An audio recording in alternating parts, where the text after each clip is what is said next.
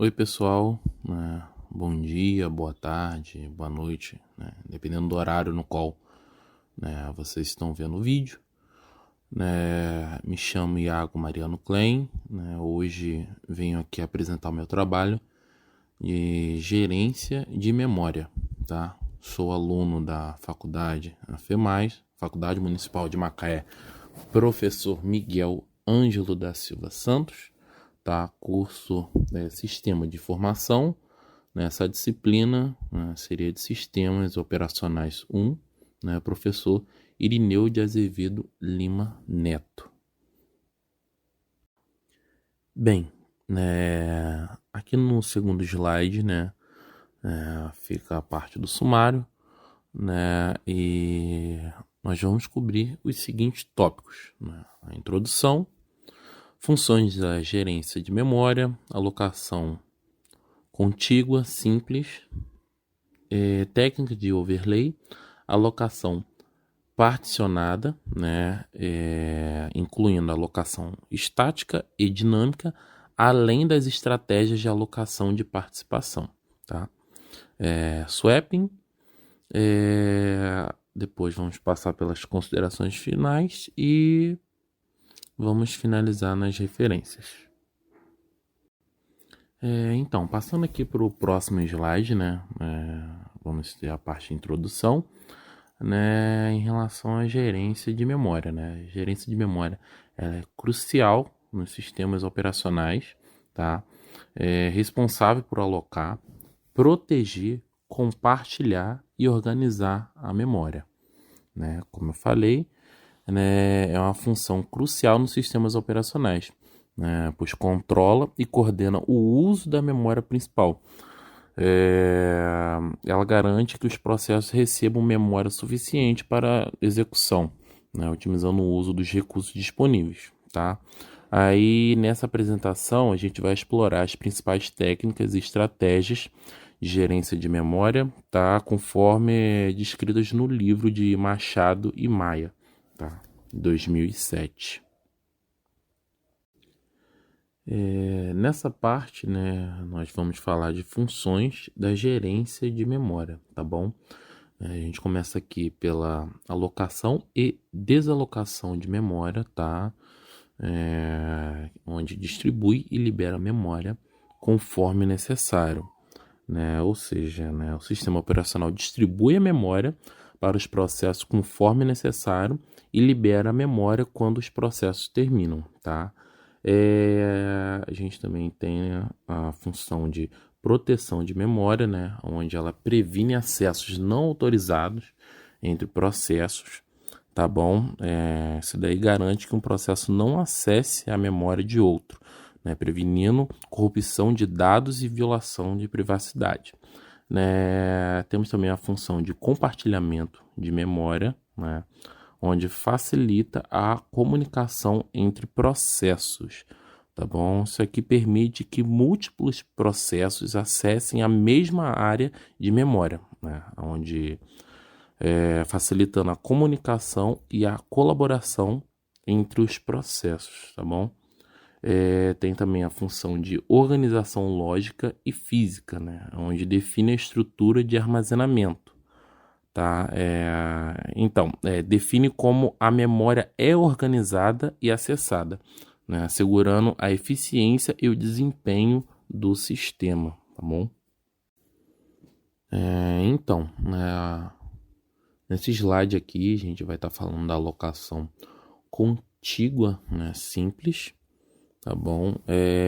A alocação contígua simples envolve a alocação de um bloco contínuo de memória para cada processo. É uma técnica simples e direta, tá? Como vantagens, nós temos simplicidade e facilidade de gerenciamento, tá bom? Mas agora, como desvantagens, apresenta aqui a fragmentação externa e desperdício de memória, tá bom? Ou seja, pode levar à fragmentação externa, onde pequenos blocos de memória não utilizados ficam espalhados pela memória, tá? Como exemplo, eu até citei aqui um processo de 100 KB em um bloco contínuo de 100 KB, tá bom? Então, assim, imagina um processo que necessita de 100 KB de memória, tá? Aí o sistema operacional reserva um bloco contínuo de 100 KB de memória. Na memória, aliás, desculpa. Mesmo que haja espaços não contíguos disponíveis que somam mais de 100 KB. Tá bom? Então, só repetindo, o sistema operacional reserva um bloco contínuo de 100 KB na memória. Tá? Aí aqui do lado, né, eu separei essa imagenzinha aqui para poder apresentar, né, como que funciona isso. Tá bom? Outro ponto, né, que é importante falar, né, que na alocação contígua simples, né, a memória principal ela é subdividida em duas partes, tá bom? Assim como está mostrando aqui, né, na imagem ao lado, tá?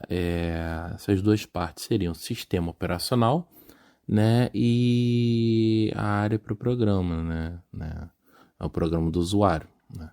Aí o programador ele deve ficar atento só em relação ao tamanho total da memória principal, né, e a área do sistema operacional. E o usuário ele tem também, né, total controle da memória principal, tá? Outra coisa é que alguns sistemas possuem proteção para não para não entrar, né, em endereço de memória do sistema, tá bom? Técnica de overlay, tá? A técnica de overlay ela é utilizada, né, para permitir a execução de programas maiores que a memória física disponível, né? Para execução em memórias limitadas, tá? O programa é dividido em partes menores chamadas overlays, né? Como eu falei, apenas as partes necessárias são carregadas na memória conforme necessário, tá bom? Seria essa parte de funcionamento, né? Uma aplicação, né, seria assim, muito utilizada em sistemas embarcados e antigos sistemas operacionais, onde a memória física era limitada. Aí, né, de exemplo assim, né, em sistemas embarcados, né, onde a memória é extremamente limitada, né, os overlays eles permitem, né, a execução eficiente de programas complexos. Aí aqui do lado, né, a gente tem um outro exemplo, né, que essa técnica ela permite a área comum, né, permite que a área comum seja compartilhada, tá, com os módulos de cadastramento e impressão.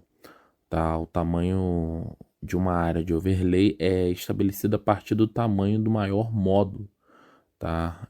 Ela permite expandir os limites da memória principal. Aí, né, na própria imagem, né, também mostra ali, né, a área de overlay, né, onde a gente tem um módulo de cadastramento e de impressão, né, que eles funcionam de modo independente, tá bom? Alocação particionada estática, tá?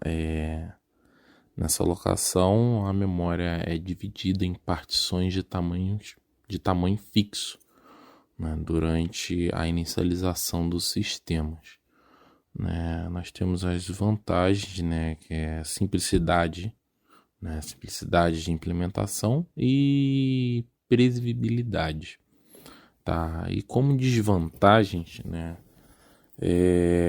a desvantagem pode levar à subutilização de memória devido à fragmentação interna, tá? Uso sistemas antigos e de tempo real, tá?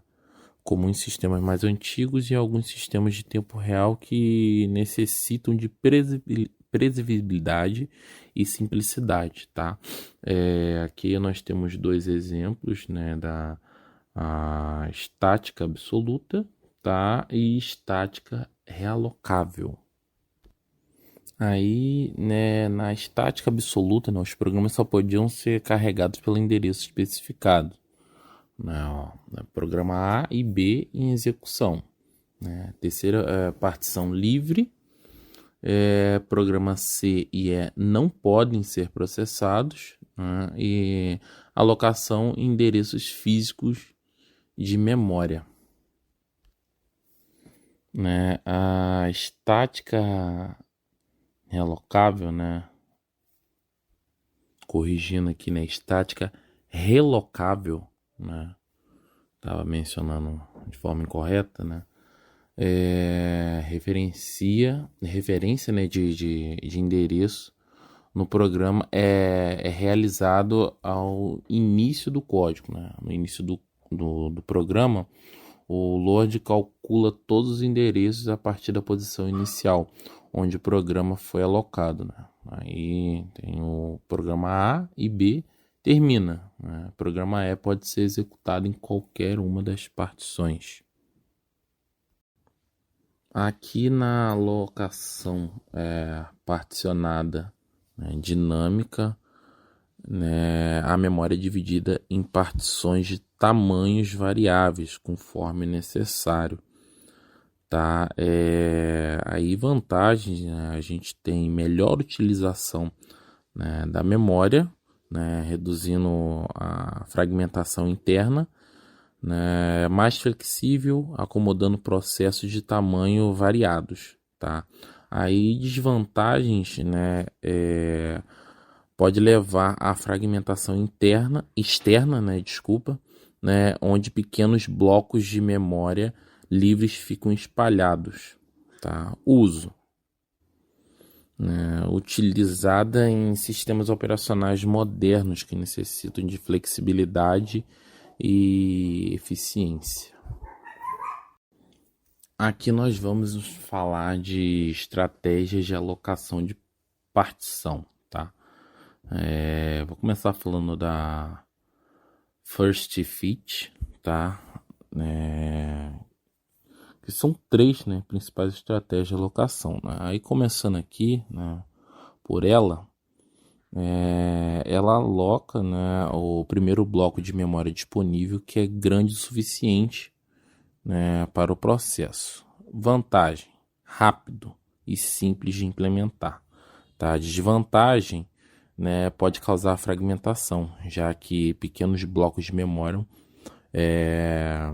ficam indisponíveis. Aí aqui do lado, eu deixei esse exemplo aqui para estar mostrando como que funciona. Seguindo adiante, nós temos a Best Fit, que aloca o menor bloco disponível, que é grande o suficiente para o processo, minimizando o desperdício. Tá bom? Vantagem, minimiza o desperdício de memória, mas a desvantagem, pode ser mais lento, pois requer a pesquisa de blocos mais adequados. Aí aqui do lado também deixei uma imagem para exemplificar o melhor entendimento. E a última estratégia, é o Worst Fit. Ela aloca o maior bloco disponível, deixando os menores blocos para processos menores. Tá? Vantagem: reduz a fragmentação externa. Tá? E desvantagem, ela pode deixar grandes blocos de memória inutilizáveis, se muitos processos pequenos forem alocados. Tá bom? Aí eu deixei até aqui do lado essa imagem também exemplificando a estratégia para um melhor entendimento. Aqui a gente vai falar de swap, que é a técnica de mover processos entre a memória principal e o disco, né, para garantir que processos maiores possam ser executados mesmo com memória limitada, tá? Vantagens, né, dessa técnica, né? Permite a execução de múltiplos processos simultaneamente sem a necessidade de muita memória física, né? Oferece flexibilidade para gerenciar, né, memória de forma dinâmica, tá? Mas como desvantagem, né, ela pode causar latência e diminuir o desempenho devido ao tempo de transferência, né, entre disco e memória, né? Pode resultar em thrash, né, onde o sistema passa mais tempo trocando processos do que executando, tá? Então, assim, o impacto, né, pode ser eficiente quando bem gerenciado, mas pode causar degradação, né, significativa no desempenho se a taxa de swap for alta. Outros pontos, né, que está aqui, né, conforme mostra aqui na imagem do lado, né, swap out, né, é uma técnica aplicada à gerência de memória para programas que esperam por memória livre para serem executados. E swap in, né, o processo é carregado de volta da memória secundária para a memória principal, tá? Assim, maior compartilhamento da memória principal e o uso de recurso computacional. Aqui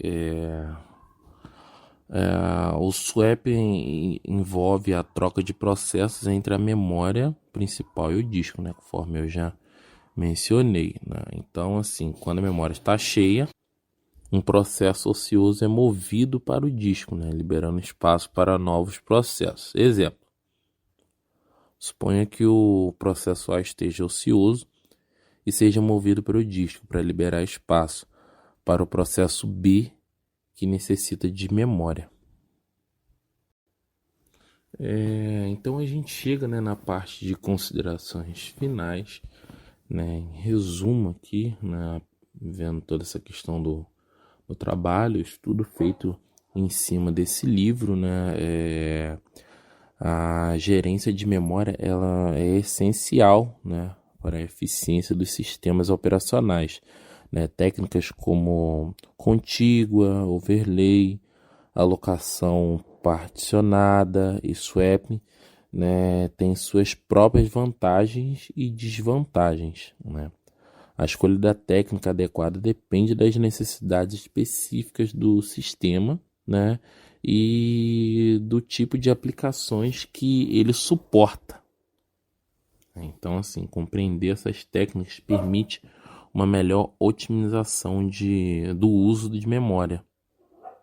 Assim, né, garantindo desempenho eficiente e estável, né, do sistema operacional. Então, assim, para lidar com problemas, né, de fragmentação externa, né, duas soluções comuns, né, são a compactação, né, que move processos para preencher lacunas na memória, né, e o swapping, né, que move parte dos processos para o armazenamento secundário quando não estão em uso, né. As estratégias de alocação de partição incluem, né, o best fit, né, worst fit, né, e first fit, né. E o swap envolve a transferência, né, de dados entre a memória principal e o armazenamento secundário, né. Então, assim, todas essas técnicas, né, estão sempre aí, né, foram desenvolvidas, né, exatamente para poder otimizar o uso de memória, né, conforme já havia, né, informado. Então, isso daí faz com que venha garantir que os recursos sejam alocados de maneira, né, eficiente, né, e evitando, né, problemas, tá? E aqui eu termino, né, a minha apresentação, né?